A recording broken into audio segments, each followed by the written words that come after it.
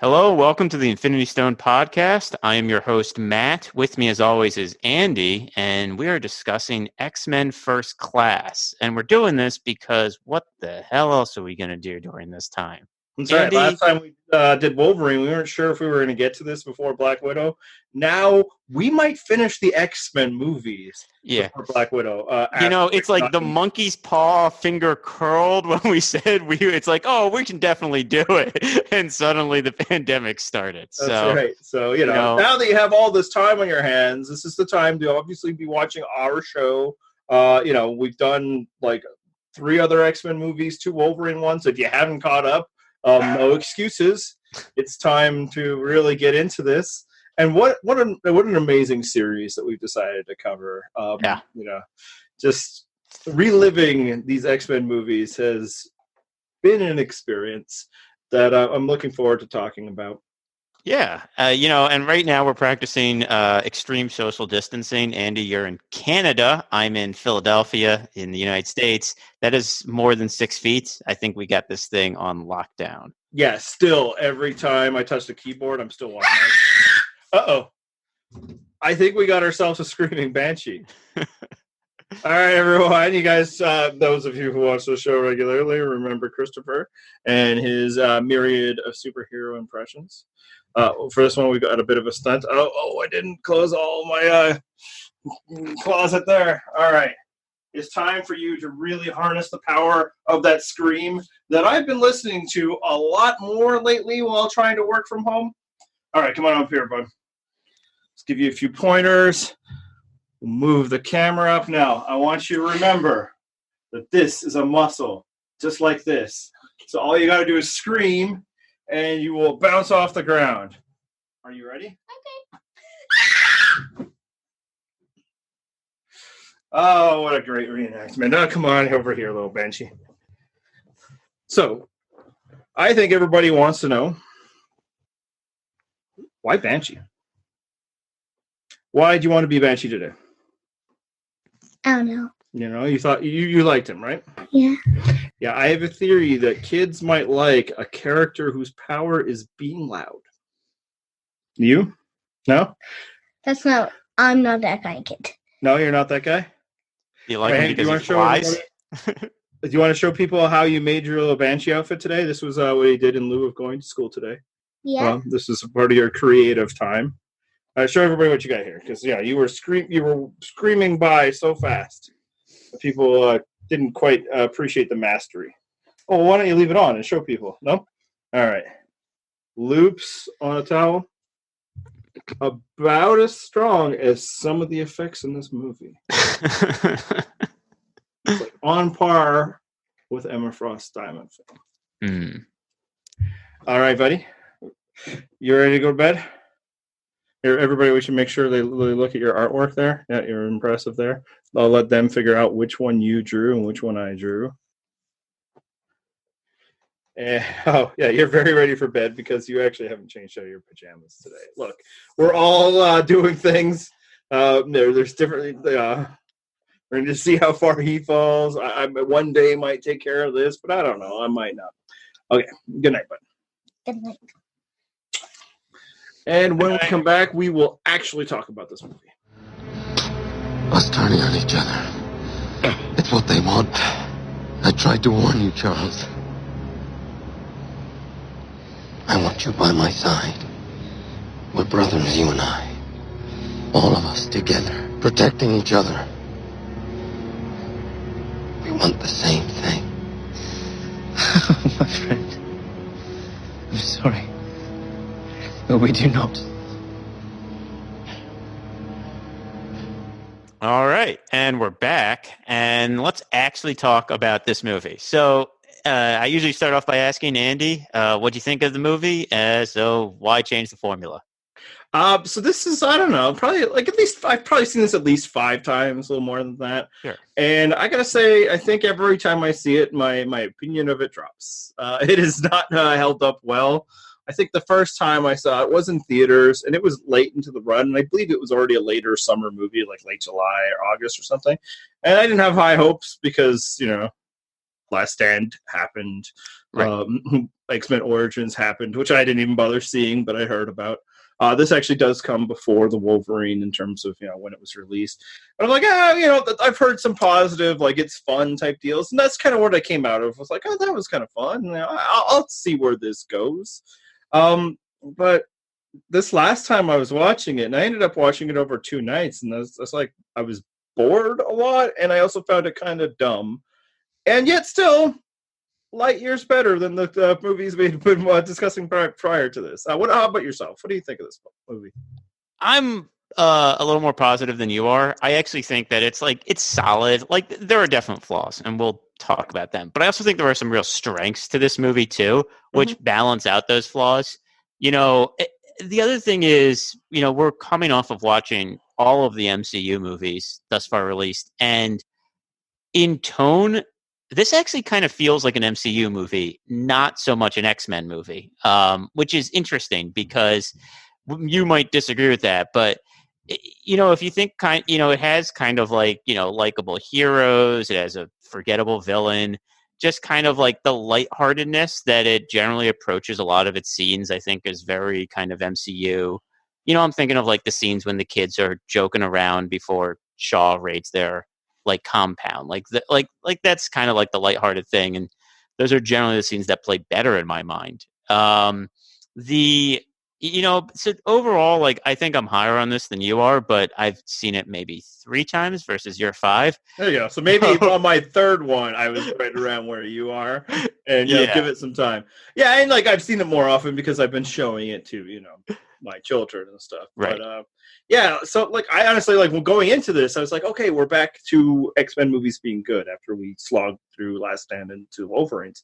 But yeah, I found I did not like it very much. Interesting. Other like parts, there's definitely strengths, so we're going to get into it, but it's just like, this is dumb. There's so much about it is dumb, and I think part of it also, when I first start watching this, 2011. The MCU is just beginning, right? And the MCU at the beginning is not that strong. There's things that we enjoy about it, but that's often a lot of the worst movies. I actually think the worst movies are more concentrated in the phase 2, but you're still kind of figuring out the formula. Whereas now it's like, now where we are in like where superhero movies can be, I'm less forgiving of all of the bullshit that is surrounds this film and all the things that just feel like they're just slapping it together. Yeah, now, I agree. There is like a fun tone in portions of it. Now it's also still a film that opens up in a concentration camp, and in the fun scene you talk about, it concludes with the mass murder, the easy mass murder left and right, and the murder of one of the characters themselves with a name. But yeah, I don't know. It's just like I said, every time I watch, which makes me honestly a little concerned about the next movie we're gonna watch. But I feel better about that one. But it's just it's not good enough anymore, and I find that's what I've been pulling away from this whole re-examination of the Fox X-Men films, is even that which was good for the time, I'm glad that they're not making these movies anymore, and it's going to get worse. Yeah. And that's a fair point. And when I compared it to an MCU movie, the actual words that I had written down were like a lesser MCU movie or a stage 1 MCU movie. And I think if you put it alongside the stage 1 MCU, which is when it would have been released, this was released a year before Avengers. It's very similar. It has similar kind of strengths and problems as Thor or so something like that, or even the original Iron Man, a movie that we were kind of surprised we didn't like as much as we thought we would when we rewatched it. I kind of feel that way about this movie, where it's not nearly as strong as, I remember thinking it was the first time I saw it. The flaws show up a lot more glaringly, but there are still parts to it that I'm like, this really works. That part really works. And it's just kind of a question of how much I think you fixate on the parts that work versus the parts that don't. Well, I think what it is it shows there's talent in this franchise. Yes. There are ideas in this franchise, and more even the movies that don't work, a lot of times the X-Men films have more ideas than the MCU ones, right? Yes. In part because the hook of X-Men is such an easy one to understand and what they go with. But it also just shows what's lacking in the franchise is that steady hand that would be like, no, okay, not that. Okay, this is underdeveloped. You need a bit more of that, or let's just slice some of this stuff out, because like even the early MCU ones that aren't as strong, they were also a lot smaller, a lot of them. So at least it's like, okay, well, I'm spending time with Robert Downey Jr. I'm spending time with Chris Hemsworth, and the parts of this that work is I'm spending time with Professor X and Magneto, and we'll get into that. But a lot of the other stuff is just like, I always feel like you can just tell the parts where like nobody involved in this process really cares about this stuff. And like I do. Yeah, I care about superhero movies. I care about X-Men. And like as it keeps pushing through, it's like I wish you could care, you know? And there's proof now, and there wasn't then, that you can care because there'll be a lot of money there and a lot of fandom there. And it was just like, hey, blah, blah, blah. Well, hold on. So I actually want to skip to a point you just made real quick, which will put us ahead of, in our outline by, one section, which is talking about Professor Xavier and Magneto, because you highlight the fact that they really work. I think one of the problems with this movie is actually a very similar problem to what we saw with The Last Stand, only slightly different. What this movie feels like to me is that someone took the script from that X-Men Origins Magneto thing that they had talked about making and abandoned. And they're like, well, let's like take that and then let's fuse it to this idea of like the first class of X-Men, because they wanted to do like a young X-Men movie. And they put the two together. And in my opinion, one of them works pretty darn well. And the other is insanely underdeveloped, which is kind of, what happens in some of these X-Men movies. They take two ideas from a couple different points in comics, they fuse them together, and usually one works and one doesn't. And it's just because one is like the idea that someone is really invested in, thinks there's a lot of potential in, and the other is like, well, we got to fill time somehow, and X-Men's always an ensemble, so let's just throw some kiddies in there. But the problem with these movies has always been that they've always done bad by the ensemble. Yeah. No, I think that's a great point. I hadn't even thought about that, because honestly, I bet you're 100% right.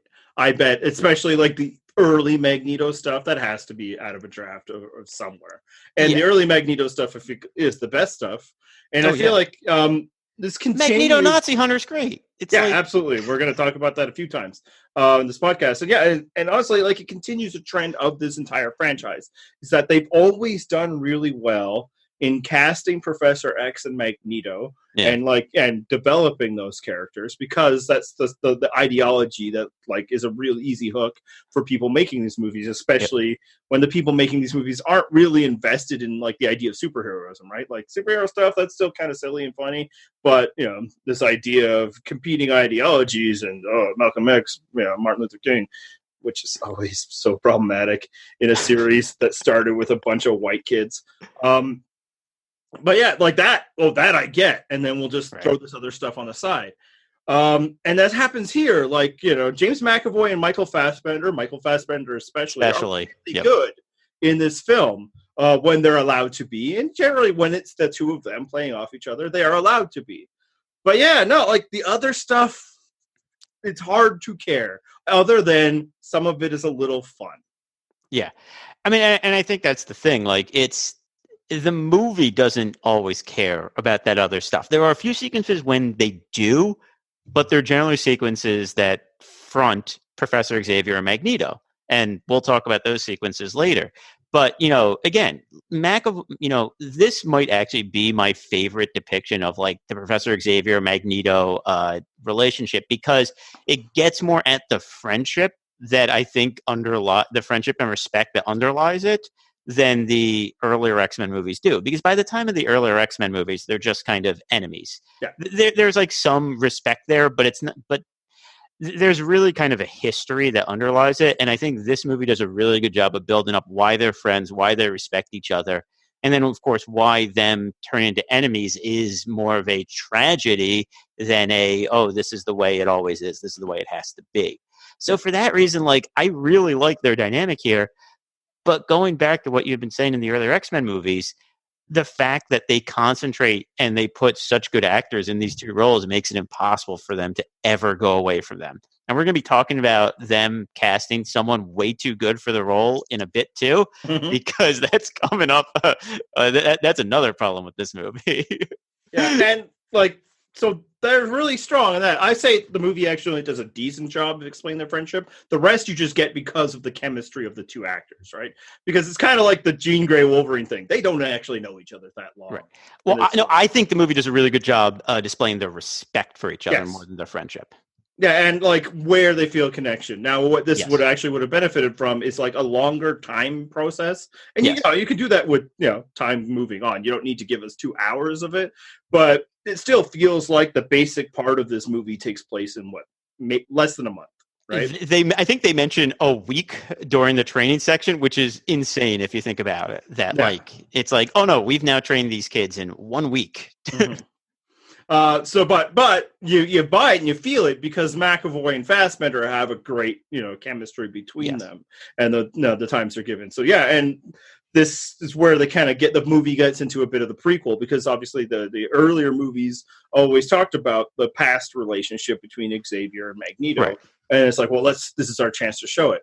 But I also feel like, as strong as those two are, it's really hurt the franchise in many ways. And it was the same problem in the first, half of the franchise, in that they love what they were getting out of Patrick Stewart and Ian McKellen, and then obviously they love they should, out of Hugh Jackman, and thus the movie is never able to move past them. Now, this movie didn't have to.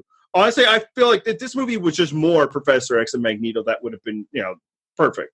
But the franchise never gets away from it, and we'll talk about it in the next 3 podcasts. But they keep having to forefront the teacher and this one particular villain, even in movies when this villain shouldn't be a part of it at all. Right.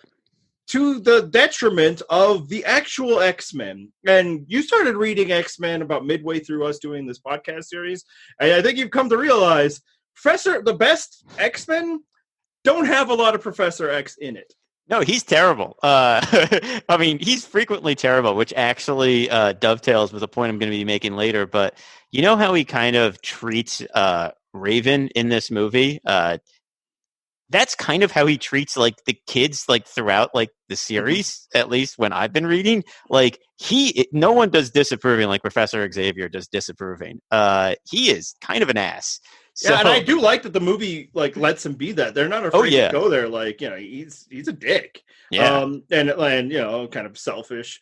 So the youth and all that. But long-term X-Men readers, which again is not necessary for a film's to be, but they'll recognize that Professor X is a jerk, splash page and all that, and frankly responsible for some horrific things. So I actually liked that they show that he's a flawed person, because the Patrick Stewart version was pretty much sainted, right?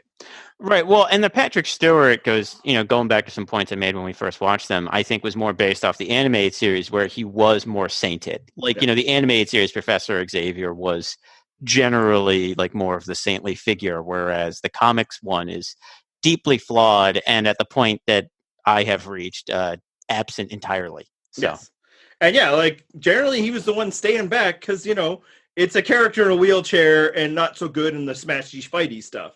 But in the movies, they never let him background that way, because it's why would we? The best performers we got are in this role, and again, it works really well in this movie. But I think it's a detriment of the franchise that they never were able to okay, it's time to step back.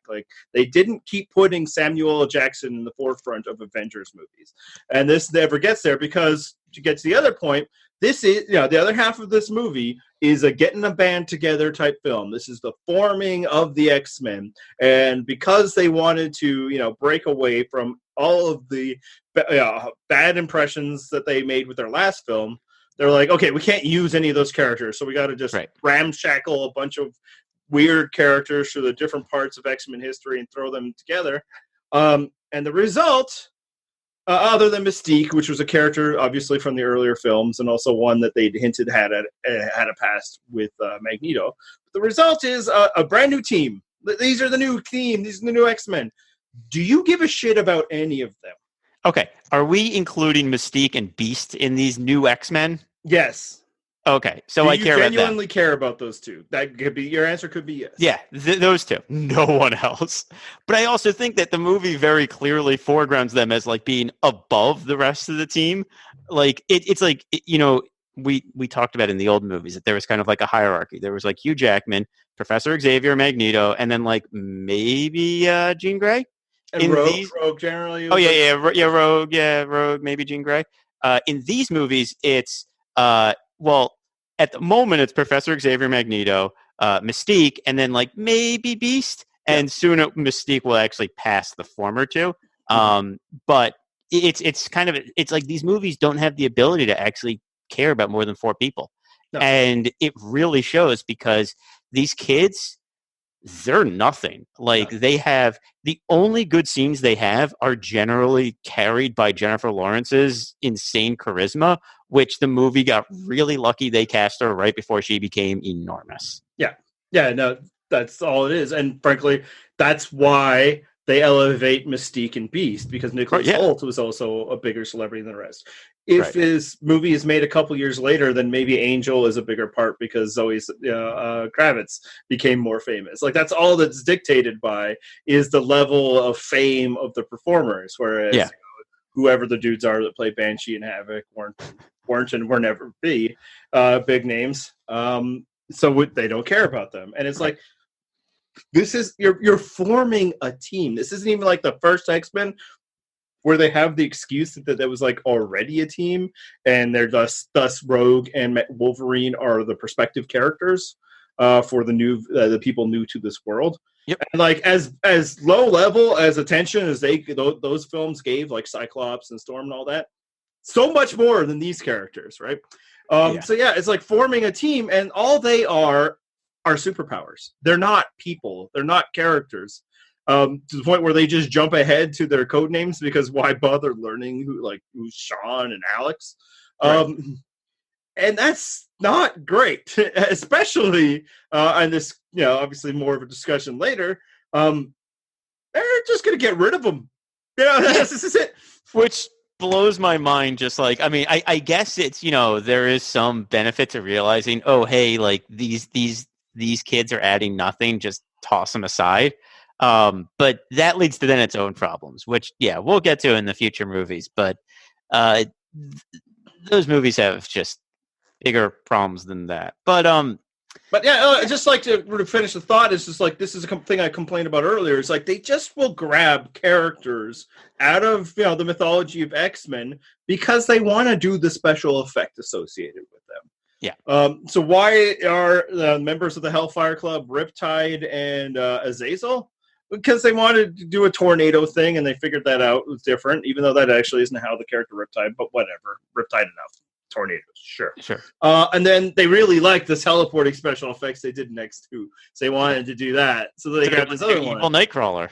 Yeah. I mean, I haven't encountered Azazel in the comics. No. I assume that's his deal. Evil Nightcrawler. Yeah, he's a demon. He's he is retconned as Nightcrawler's dad. Yeah. Oh, okay. Evil, there you go. Demon Nightcrawler.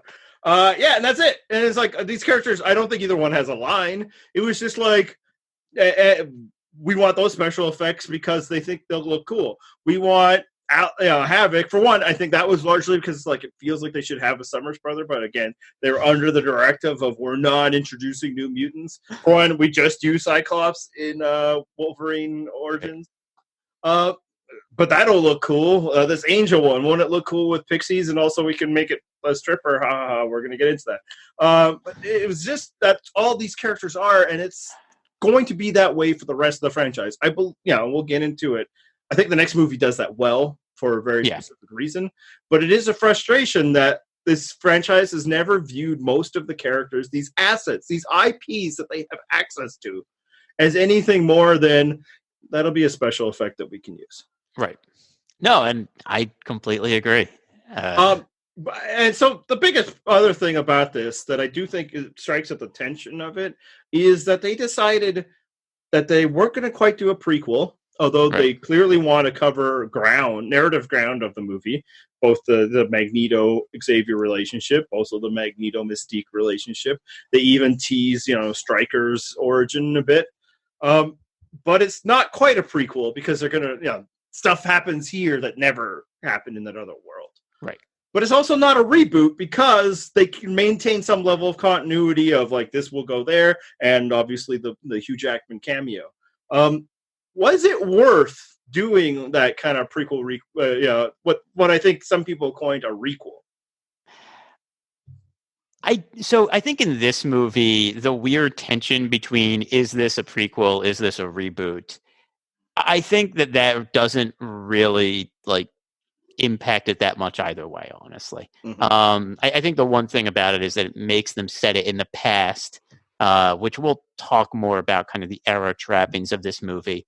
I think that it then becomes a real asset in the next movie, which we'll talk about. Mm-hmm. Because the super weird status of these prequel, requel movies, I think becomes this weird, secret strength in Days of Future Past. Yeah. And then it just, it makes no sense anymore by the time they get past that, which, is kind of the problem with that. The longer you string it out, the more the seams start to show in this weird, not quite a prequel, not quite a reboot. Yeah. No. See, I think because of Days of Future's Past, and who knows if that was the plan or not. I mean, frankly, I think when they were making this, they couldn't quite plan that there was necessarily going to be another one, given the way that the franchise was going. Other than, we just want to keep releasing things so we can hang on to this IP. But if it was continually a failing IP, then maybe they would have bailed at that point. Especially because at this point, they're not competing with Disney, I don't believe. I don't think Disney had bought Marvel yet. It happened right before Avengers, so it'd be right around this time. Yeah. And these movies were generally made pretty quick, so maybe that had happened. Yeah. In fact, maybe that's why they're like, first class, sure, yeah, we're doing a thing. But I do find, in some ways, this would have been, more freeing to just let it all go, Yeah. Because the other part of it is, they revisit the, Eric and the Nazi camp stuff. Right. And it's just if they hadn't tied all of that together, and I think your point is excellent. I do think that this is because this was originally going to be a Magneto movie. It might have been more free to just be itself, to do its own thing, and not try to resolve a timeline that they're not really interested in playing in. They have made the correct decision of abandoning, of skipping past it. That wasn't working. Our other attempt at Origins, that wasn't working. Let's just do our own thing. Just do your own thing, because I think that it ends up pointing itself into some of the problems that the franchise had in the first place of a little bit unsure and uncomfortableness about superheroes and the kind of the world they were in, and it would have been more freeing if they just told their own story. But to your point, the second movie becomes a much better thing because of it. Yeah. So the other thing which I briefly brought up, which we should talk more about, is this movie is set in the 60s. It has a lot of hallmarks of the 60s kind of in its trappings. Do you think this is a benefit? Do you think it's necessary? Do you think it helps the movie at all? I think the biggest thing it helped it with is that it just felt different. And I think this was especially true when it came out, and there was a proliferation of superhero movies at a time when people still weren't sure that they didn't know this was just going to be the dominant form of American filmmaking from now on. So it felt different. And it also really helped it separated, from the other films, even though, as I just finished saying, it still keeps kind of feeling like a lot of that because it was trying to, still feel like the parts of the X-Men movies you liked while being a different thing. So that, it was kind of fun and unique. You wouldn't get a review that didn't point out it was fun seeing the swinging 60s stuff. On the other hand, often it just felt like a flimsy excuse for sexism. And so that's where I was going to bring up. I think there are actually error trappings in this movie that work really well. And then there are ones that are terrible. And the ones that are terrible all devolve to, hey, this is an excuse to dress the women in this movie in incredibly skimpy clothes for no reason. The opening scene with Moira McTaggart has her wearing lingerie underneath her just CIA bodysuit just and her partner definitely did not think she was going undercover in that place before that, so whatever, just the entire way they dressed January Jones throughout the entire movie. That is character appropriate. I guess that's true. Emma Frost does dress ridiculous like that. She usually has a cape too, But but no, I mean, so those are like kind of, in my opinions, like the trappings that aged the worst. Yes. I probably did not pay as much attention to them when I first saw this movie 9 years ago. Mhm. Now it's hard not to notice them. The trappings that actually work for me is there's a lot of like very overt political stuff in this movie. First of all, setting it in the 60s ties it back into the metaphor they like so much about how this parallels the civil rights movement. When Magneto and Xavier talk about their differing philosophies and you put it in the 60s, it does have a slightly different charge to it because they are talking about this at the same time as the two people who who filmmakers modeled them off of, though obviously the comics did less of, were existing and talking about this very thing. So there is kind of a charge, in my opinion, to the mutant, stuff, to the real question of how do we treat mutants? Do we want to be a part of society or separate from society? I think that gets a real charge from it. And then kind of saying it during the Cuban Missile Crisis, I think it's kind of fun. Like, I think that's, I think that's, that's not a huge benefit, but I think the general political tension between the U.S. and Russia, I think, does add to it too. Is it a little fun kind of alternate history type vibe? Exactly. Yeah. Exactly. Now, interestingly about the civil rights thing, much like the comics themselves, they want to go with that metaphor while employing one black person who they kill off immediately. Oh, yeah. Yeah, like you couldn't have just focused on that at all. Like even just hey, I know what it's like to be hated and feared, and nobody even knows I'm a mutant. No, none of that. No, nope. We can't have too much of that. So that's an issue. But yeah, no, like the fashions are fun and all that. Like, yeah, some of those men are really wearing those suits. Like that, the two Hellfire Club dudes, they don't do much, but I really like Riptide's sweater in a few scenes or whatever. But yeah, so it's like, and so all in all, I do think like it did really do a good job of setting like this is different. Right. I do think it becomes a problem later on. It's like that's going to be our thing. That's our hook. We're just going to and right, and then that becomes its own issue. Like well, suddenly they have to pretend like Moira McTaggart is 10 years older, but wow, you look so good for somebody who's aged 10 years, but also not. And Havoc, you've aged 20 years, I think, in the franchise, but your younger brother hasn't, or something. Like, it becomes much like this franchise itself and so many parts of it, like this unmanageable thing that they're like, yes, oh, we didn't have the foresight for that. We just wanted to show people different X-Men costumes through the years. Right, and the problem is that this movie kind of established a new continuity, a new timeline, but then they felt beholden to it in a way they really shouldn't have. And the seams really start to show the further they get into it, because it works fine here. They managed to do a very creative thing in the next movie that kind of, blends all the problems and makes it into a strength. And then they keep going, and that's a real issue. It's just it kind of gets into a lot of the issues I keep having with this franchises. These are aesthetic decisions that don't have any character basis, right? Yeah. The X-Men has been popular since the 60s and had a lot of different fun eras. They're like, well, that's kind of cool. There's a time when Storm has a mohawk, and there's a time when the 90s and the pouches, and we'll give fans that, and we're going to give them a cameo of this character and all that. But what you never gave us is X-Men. Right. Like a really strong feeling. That's what I got for years out of these characters. You gave me like a strong Magneto, a strong Wolverine, but you never get that. And it's just because that's the stuff that clearly interests the filmmakers is, the look and feel, and sometimes the idea of X-Men, but never like the true X-Men-y stuff. And so again, for this movie it works. For the next movie, because time travel's involved, it's not so bad. By the third one, it's just all falls apart. Yeah. Much like the franchise itself. All right, so what was the best sequence? So I really like them just assembling the team, just because I really like assembling the team sequences, and it's kind of fun to see Xavier and Magneto going around and pitching people. But of course, the best part of that sequence is Wolverine flipping them off and telling them to get the fuck out. I mean, and they just leave right away. It's a perfect cameo. It's like the perfect thing. I think Hugh Jackman was the one who basically wrote it and said, hey, I'll appear and I'll do this. And they're like, yeah, that's great. That's a great idea. Let's do that.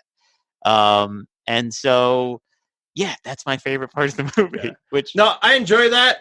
But like we said with aging, the Zoe Kravitz part, at first it's like, okay, it's a swingers club in the 60s, Right. it's sexy and all that. But then they have to be shitty and be like, and Yes. would you like a job where you don't need to take your clothes off? It's like, again, it's only 9 years ago. I don't think we have to completely forgive people for, again, that kind of just shows the ideas of the filmmakers, of which, because like Xavier and Magneto are fun in that scene, and it could also have been empowering for that character. And I bet in their mind they're like, "Oh, she's a strong character," but then they still have to get that dig at her for being a sex worker. And it's just like, it's like I don't know how much it ever bothered me until my most recent view.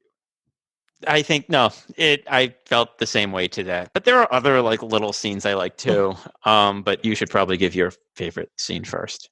It's Magneto killing Nazis in Argentina. Yeah, I also liked him torturing the Swiss banker. That's also fun. But the scene in Argentina was that was really great because Fassbender is so much better than this franchise deserves. Yeah. Eventually he'll be like he realizes it, but in that scene, he's really there for it.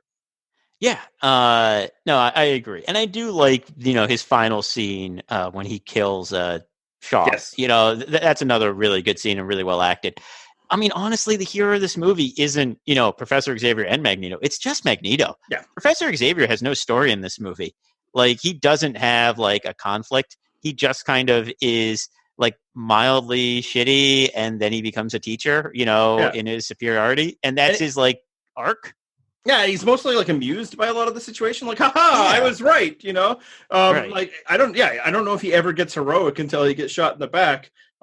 Interestingly, when they're questioning the silliness of wearing uniforms, because that's the part the franchise always has to have. Right. He mentions that's like, can you withstand the G-forces and be bulletproof? So they put those on because he's arguing that they help with bullet protection, and yet. That's that. I didn't even put that. But I just honestly, I picked that up again. When Fair you're enough. fifth viewing, you're gonna see all like seeing this. all the extra scenes, all the extra scenes.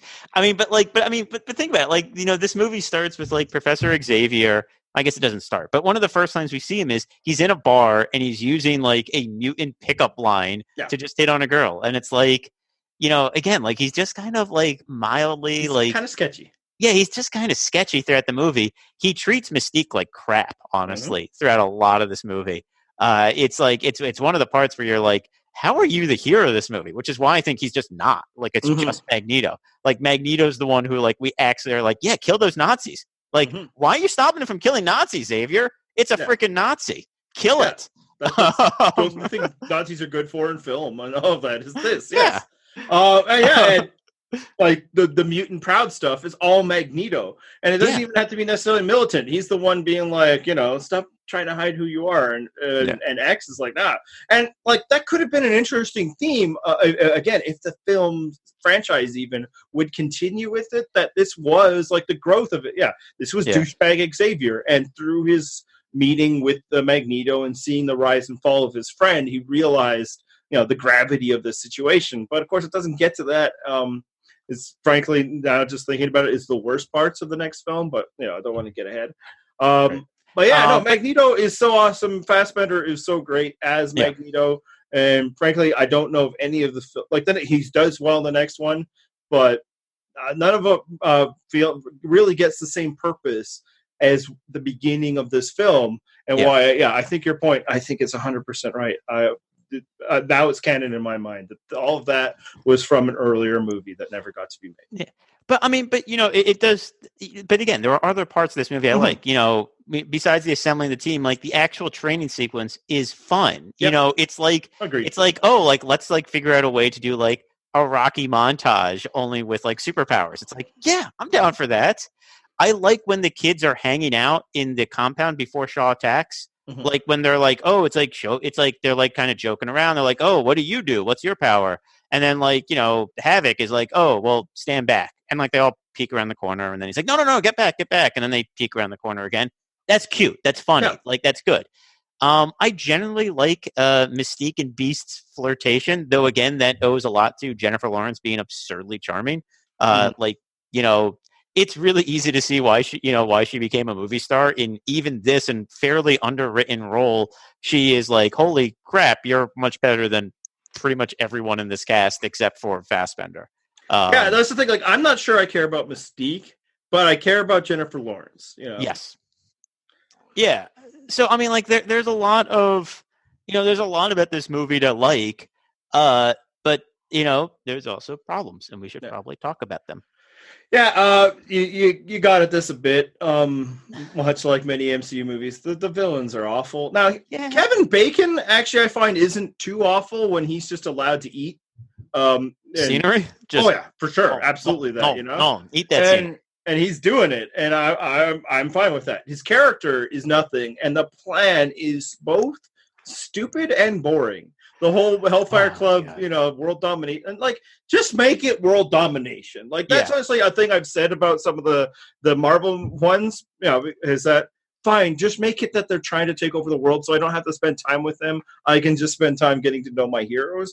But no, they had to find like an extra level of we're gonna start nuclear war because of mutants. Yet never really showing any concern for mutants. Not even really his own henchmen. Yeah, it's just every time that we have to spend time with them, unless Kevin Bacon is just kind of really going for it, it's just death. And embodied especially by January Jones's Emma Frost, who is so bad. She looks the part perfectly. Yeah. But she is so bad. Yeah.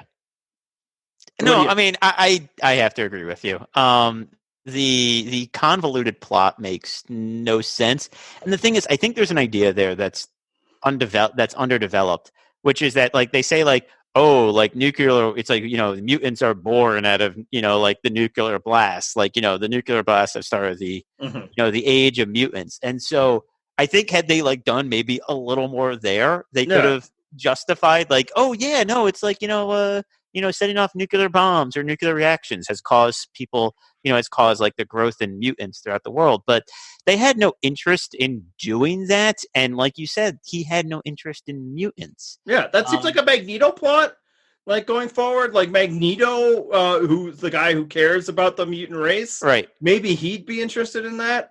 Well, so this is what I think they were trying to do. I think they were trying to show that Magneto got his philosophy from Kevin Bacon, but could never work with Kevin Bacon, of course, because he was a Nazi and killed his mother. But Kevin Bacon never embodied the philosophy as well, like in action. Like he said a couple things to this effect, but he didn't embody that philosophy. Yeah, like so, and this also I think gets into a bit of why like trying to tie it to the original series but not was a mistake. Right. So they have to have him be like the head Nazi from the past, so that it ties into Magneto's history, and I think this also gets into your idea of the old script. Okay, so there's that, but now he's also like a super rich, power monger guy. That's fine. Okay. But then he also has this plan to destroy the world, create mutants.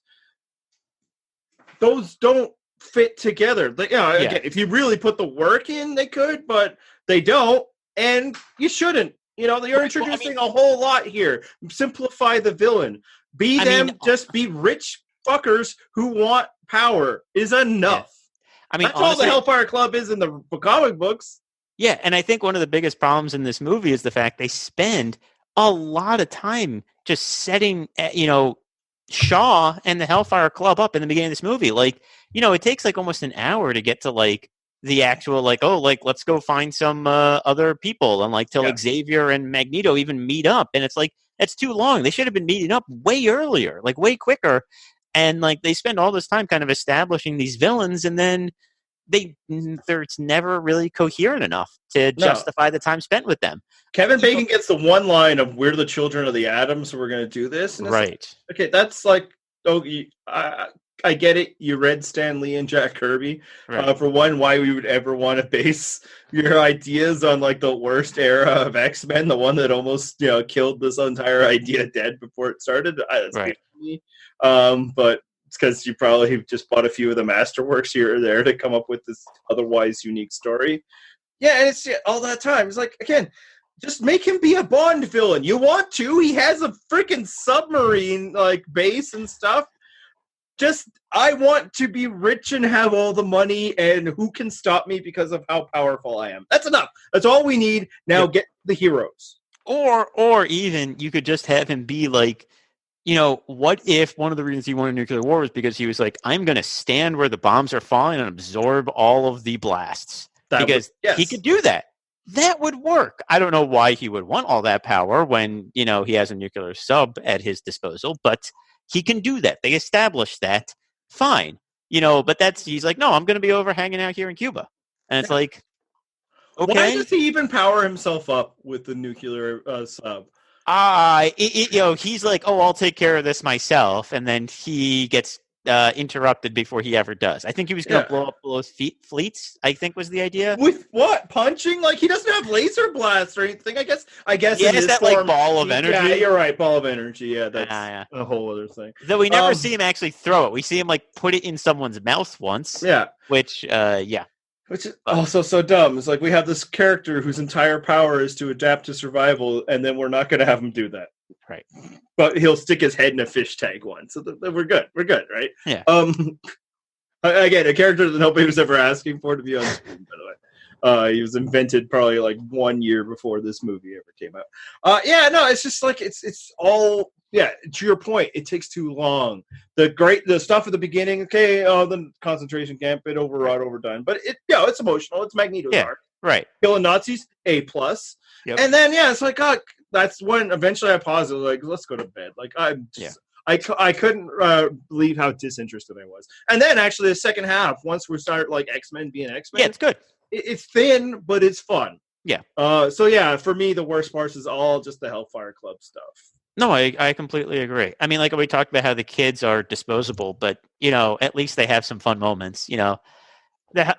Honestly, like even like if you look at some of the Hellfire Clubs, like sure, Azazel, they got teleporting stuff. That's fine, that's fun. But Riptide, that's not even fun to watch. It's just kind of like So it is the worst part of the movie. So I guess before we take our break and go to trivia.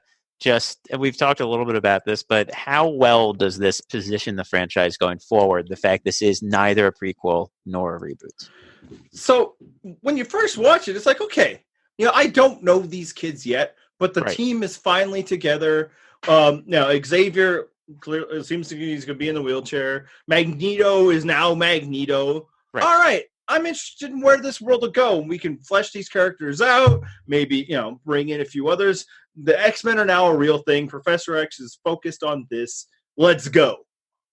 And they fucking don't. Nope. I mean, and that's the problem. Like, I think this actually positions it fine. Yeah. Like, I think it leaves it in like, it's like, yeah, you can do stuff with this. You can make something of this franchise. You can go somewhere with this. And their just inability to introduce compelling new characters, with one exception, which we will bring up next movie, and then we'll bring up in the future movies how they kill that character. But it's a real problem. It's a real problem. This is a movie in which planned franchise, right? We're no longer the area of let's just throw everything. Who knows what's going to be? We know now that like when you make movies of this level of money, it's with the idea that you're not going to stop doing it anytime soon. And this is a getting the band together movie. And then they just disassembled the entire band off screen between movies. Why? That's like just a poor allocation of resources. I mean, and that's the thing. Like the thing about the X-Men movies is they have no foresight. No. Like they never think like it's like, oh, like, well, what's the next idea going to be? How are we going to do that? It's like, how are we going to tie these things together? Now, occasionally they're able to retcon their way into a really good idea. And I think we'll be saying that about the next movie, but hey, maybe I'm wrong. Maybe I remember that incorrectly. But, like sometimes, when you're kind of trapped by circumstance and the decisions you made in the past, you can come up with something really creative and good. But other times you're just kind of trapped and you don't know how to write your way out of it. And you just never thought far enough ahead to think, how do I actually get compelling people on the screen? Yeah. And that's a problem. Yeah. And it's like, okay, I don't care about these kids through this movie, Right. but like I could have seen myself caring, right? Like, yeah, Yeah. the kid who plays Banshee, he seems to be like, he's kind of got a devil may care attitude. Alex seems to have like there's something there. Again, you're gonna add to the cast, hopefully get some women back on the team, that sort of thing. Maybe some of the X-Men that we actually care about. But like that's a space, right? Yep. Beast is at a place right now. And then when we get back to, we'll talk about this there, but it's like they just abandoned it all. It's like, why would you do that? You didn't fail. You didn't have to get rid of all of them. Nope. You just needed, now you're there, now let's go. Yep. And it was just like, okay, we're good. It's like, imagine like at the end of a pilot.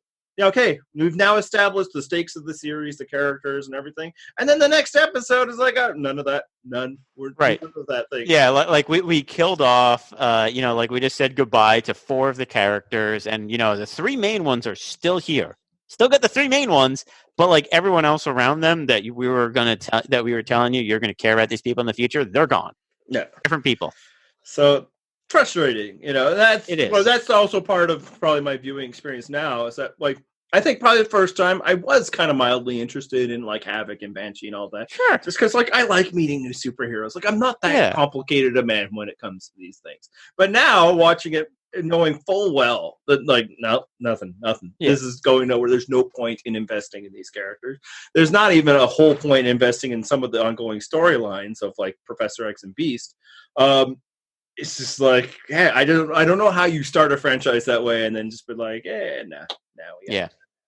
All right, I think that's good on this movie. So I mean, by in general, just to sum up, this movie is still better than a lot of the X-Men movies, but I found myself this time realizing that it still isn't that great. Now, how about yourself? Honestly, it might be the best one we've watched so far.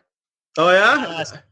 Second best. It's second best. Okay, see, for me, this actually gave me a new appreciation for both. Well, not for X2. I always knew it was better than this, but I feel like X-Men is much better than this. I don't. No, I think this is better than. Okay, it certainly has a more energy than the X-Men. And I think that's the big reason why. Like you talk about being bored during this movie, X-Men's deeply boring. Yeah, right down to the color palette, right? Yeah. Hey, that's probably where the era trappings of this really help. It's like, it's announced, okay, we're going to do a lot of this other stuff, but like the costumes will be yellow and the palette is bold. We're going, which is, Austin Powers. What? Big thumbs up to that. I am all in favor of bright colors. Yeah. Why not? All right. So when we come back, we'll do some trivia. Yep.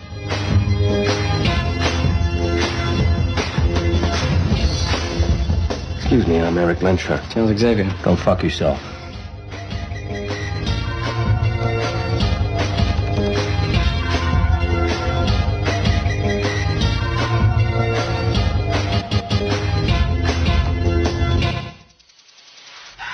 All right, we're back, and it's time for everybody's, I don't know, 3rd or 5th favorite segment, trivia, where Alex comes up with questions. Sometimes they are things you could answer if you watch the movie, and sometimes not so much. Yeah.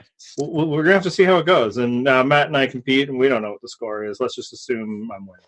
I'm pretty sure that's accurate, but not by much. No, especially because the Games Master here has a scoring system that for some reason doesn't favor. Points don't matter. Right. All I'm saying is, this is for entertainment purposes only, no wagering. All right, Alex, what do you got? What's the first question? Who's it for? The first question is for Matt. Okay. When was X-Men First Class made? Now, are you asking when it was filmed or when it was released? Released. What year it came out? Okay. 2011? Correct. Okay. All right, that's one for you. This one's for you. All right, before you go, can you make sure you really wave that paper in front of the mic a bit more for the listeners? All right. Well, they have to know that he's asking questions. That's right. All right. How much money did X-Men First Class make in box office? I'm going to say $82.7 million. No. Matt, do you have a guess? He's going to say 82.8. Okay. I'll guess 350 million. Wow. Those are like Avengers type numbers. Well, what we got? I'm probably. You know what? I was way off. I was thinking opening weekend, not total. No, 350 is not Avengers. Not that high. Yeah. That's like Thor opening night Avengers. All right, what's the answer, Alex? Matt got close. 353.6. Oh wow! I was really close. I'm going to give you a point for that. Yeah, I was really close with that. And yes, now of course. I mean, look, numbers. It's not my friend. Right. Yeah. All right. I'll just sweep the next three, and then we'll go. But first, Matt has to go first. Yep. Question 3. I only had 3 questions. We do 5. Oh. You know, you had more time, like a lot of it.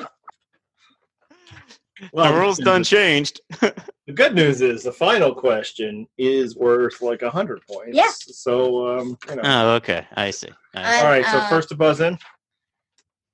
You got your Jeopardy clicker? What is Magneto's name? Eric Lensher. Boom. Let's move on.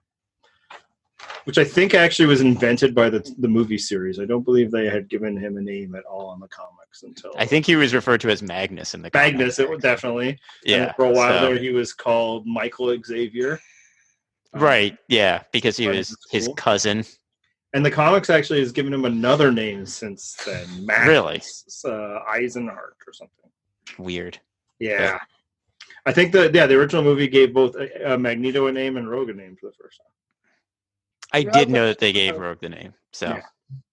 All right. Well, I applaud your laziness, even though you really had like 4 hours to do this after the 1 hour of homework you had today.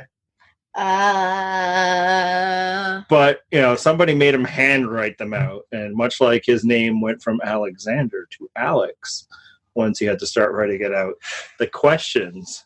It went from 5 to 3. I see. All right, Alex. So we're restarting the X-Men series-ish. What are your thoughts of First Class? We watched this about a week ago. I like it better than the first ones because everything about it. Like even better than like X-Men 2, X-Men United? Yes. Maybe you're entitled to your opinions. It's allowed. All right, and the next one, that's the one you're looking forward to, right? Yeah. So he has watched Days of Futures Past many, many, many times. Oh, okay. And what we are going to do is we're actually going to watch a version he's never seen before, I've never seen before. Is that the road cut? We're going to watch the road cut. Yeah. So, yes, for everybody playing along at home, that obviously will be the next podcast. You do not necessarily need to track down the road cut because I don't believe Matt and I's discussion will center around those scenes. Maybe all of your trivia questions, Matt, will for this purpose. But then he'll give me one that only I would know the last one of to balance it out. Okay, Alex, time for bed because you have to wake up and go nowhere tomorrow. Yeah. So good night. Bye. By the way, follow me on TikTok. My username is Jumper Boy. Don't follow him on TikTok. He's a child, and most of you watching are not. In fact, what I flagged this on a YouTube, you definitely should not be, and that would be weird. But, go ahead. He dances sometimes.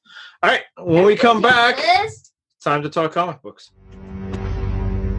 If you're in there, I'd like you to know that I agree with every word you said. We are the future. But unfortunately, you killed my mother.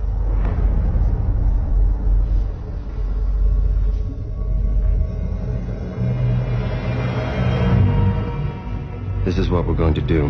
No. Please, Alec, no. I'm going to count to 3, and I'm going to move the coin.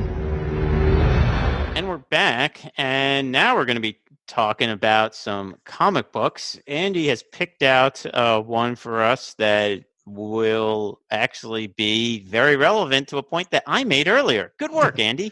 That's right. I said we're going to talk about it a few times. We're once again talking about Magneto Nazi Hunter. So my recommendation this week, because the film is a completely unique property, this is not adapting a story. They were just smashing different pieces and characters together, which by itself is fine if you do a good job of it. But the thing that I really responded to, obviously, in this film was Magneto. In 2014, they put out a brand new solo series for Magneto that was influenced by this film. The writer Colin Bunn was putting together his plan. Saw the scenes of Magneto, Nazi hunter, and it's like that. We're going to do something like that. So he teamed with the artist Gabriel Hernandez Walta, who actually you would know. You don't know maybe the name. He did the Vision series. Oh, okay, yeah. And then as a fill-in artist at times, there was Javi Fernandez and a few others. But this was so he's not actually hunting Nazis because it is 2014 by this point. It's not that hard to hunt Nazis at this point. If they're already surviving, they're pretty easy to capture. I don't know. I mean, like Captain America is like surviving Nazis, right? Like Red Skull, Hydra, I mean, these things are kind of Nazi-ish. Well, that's the thing. You have to create a Hydra thing, which obviously X-Men do not have access to, the Fox franchise. So instead, they take that idea. I mean, in the comics. Sorry. Oh, touche. That idea, but basically now he is hunting down people who are committing wrongs to mutants. So people who are killing mutants, people who are hunting mutants. So it's furthering kind of Magneto's mission statement of protecting mutant kind. Now he's doing it at a smaller scale. So instead of trying to form his own nation, trying to take over the world, trying to get the world to see his point of view or to rule it, he's just like, I'm just going to go around like hunting people that are harming my people. This comes off of a storyline which left Magneto really depowered. He's no longer a guy who could like reverse the poles of the entire Earth or orbit a flying space base or anything like that. He's more like the Magneto we see at the beginning of this movie. So somebody who still a lot of power, can still do a lot of fine-tuned things, but he probably isn't at the point where he can move that big satellite. So it forces him to get creative with his, Nazi hunting and killing. And as the series progresses, he actually does do some Nazi battles there because they spend time in his past and a little bit of reliving it. So if you really liked Fassbender, and I feel like Walta uses him a bit as a guide while making kind of older Magneto because at this point, I mean. It's unclear how old Magneto is, and there's a very comic book reason for that. But you mean he was turned into a baby and then re-aged into a 30-year-old man? This actually happened. This happened. It very much did. So it ran for 21 issues until a big Marvel crossover basically ended the entire timeline. And that's when it stopped. Like a lot of ongoings, it gets interrupted sometimes by crossovers. You're just at the dawn of company crossovers now, and you've experienced this. Where it's like, why is the Beyonder here? This is a problem with any modern comic. Like it's going along with like the creator's actual vision, the storyline, and then they got to muck around with the crossover thing. So a few issues here or there, not great, but for the most part, it's good, solid. A wrathful god punishing evil people. Okay. That, I mean, honestly, like there's a bit of that Magneto in one of your previous recommendations in at the beginning of the God Loves Manfield. Yeah, that one. Yeah, at the beginning of that, like Magneto is kind of in the same role. Mm-hmm. And frankly, when he, at the point in the comics where I am, when he takes over the Xavier school, he also is like, oh, I can't do that anymore. I have to obey Xavier's vision, so I can't just go around killing mutant haters, which is a real battle for him because he just he likes it so much. Yeah, so it's kind of like almost like he's the Punisher in this. Yeah, that makes sense. I could see that actually working very well. Yeah. So he's not very forgiving. He's very methodical. Dexter, I think, is another actual good comp. Okay. The killer killing killers. That's what's going on here. I read it very quick order. It's very addictive, and it's modern writing, so very compressed storytelling. Okay. You're reading old Claremont, so every issue takes like 3 times the length because of his long scripts and all that. Here, you can get like a page with it's not as much reading, so let the visuals take over. But no, I really enjoyed it, and Good. what if you were a X-Men fan back in the day, which is not necessarily for this, you could just pick it up. It reads pretty easy. If you've read The Mutant Massacre, which you're about 10 issues away from, I think I'm closer than that. Yeah. It's a satisfying revisiting of some of that material. So in ways, for me, like I read that a long time ago, probably right after the year it started coming out. It was nice to get some kind of closure on that, because that is a story when somebody's going around killing mutants, and also something that Magneto feels like Magneto feels like they need to pay for. And another thing the series really does is there's always been a tension with the character of Magneto. Well, actually, not always, as you found out. Post around, I think, issue 150, there's been a tension for Magneto, and you see it in in the movie franchise, of like heroic intentions versus his villainous ways. And is he a hero, anti-hero, villain?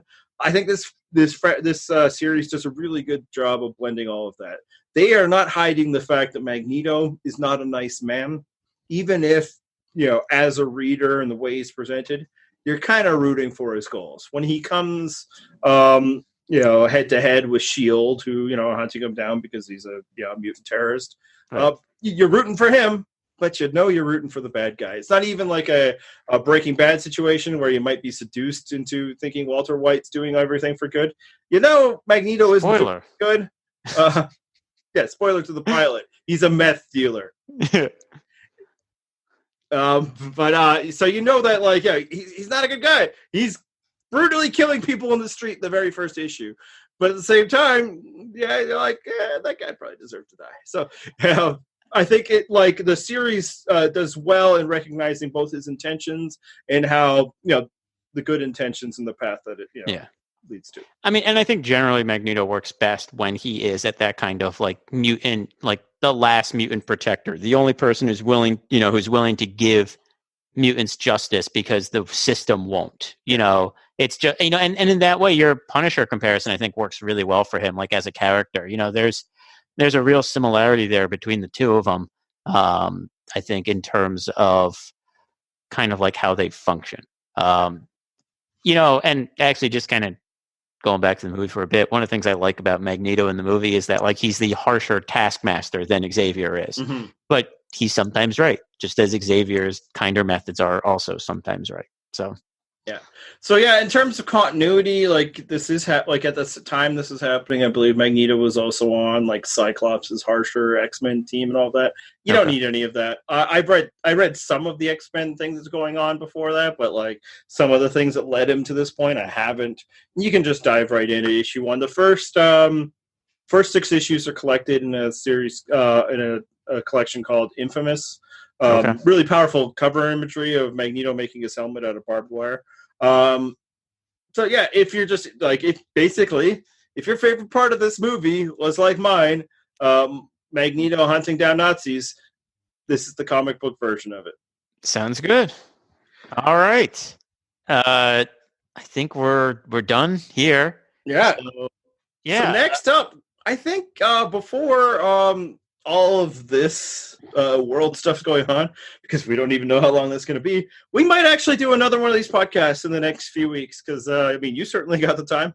Yep, I do indeed. That monkey's paw finger curled, and suddenly I have the time. The next movie will be X-Men Days of Future Past, which I think we're both looking forward to. Yes, I am excited for that. Okay, good, because I am looking forward to it, and then the rest of it, maybe not so much, but there'll be a reward at the end.